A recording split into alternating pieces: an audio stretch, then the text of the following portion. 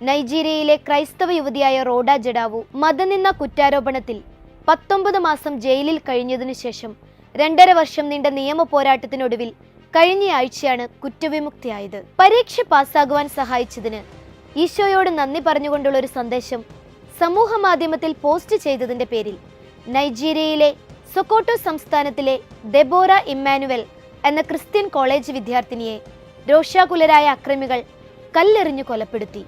മൃതദേഹം ചുട്ടെരിച്ചു. അത് അപലപിക്കുന്ന ഒരു വാട്സപ്പ് വീഡിയോ ഷെയർ ചെയ്തതാണ് റോഡ ജഡാവു ചെയ്ത കുറ്റം. 2022 മെയ് മാസത്തിലാണ് ജഡാവു അറസ്റ്റിലാകുന്നത്.